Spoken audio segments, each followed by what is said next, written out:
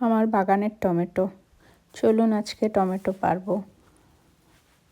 সব টমেটো প্রায় পেকে গেছে।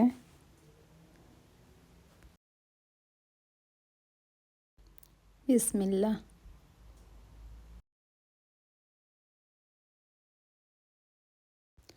পাকার পরে টমেটোগুলো মনে হচ্ছে আপেলের মতো হয়ে আছে, আর এতই মিষ্টি, অনেক মিষ্টি, থোকা থোকা হয়ে আছে আপেলের মতো।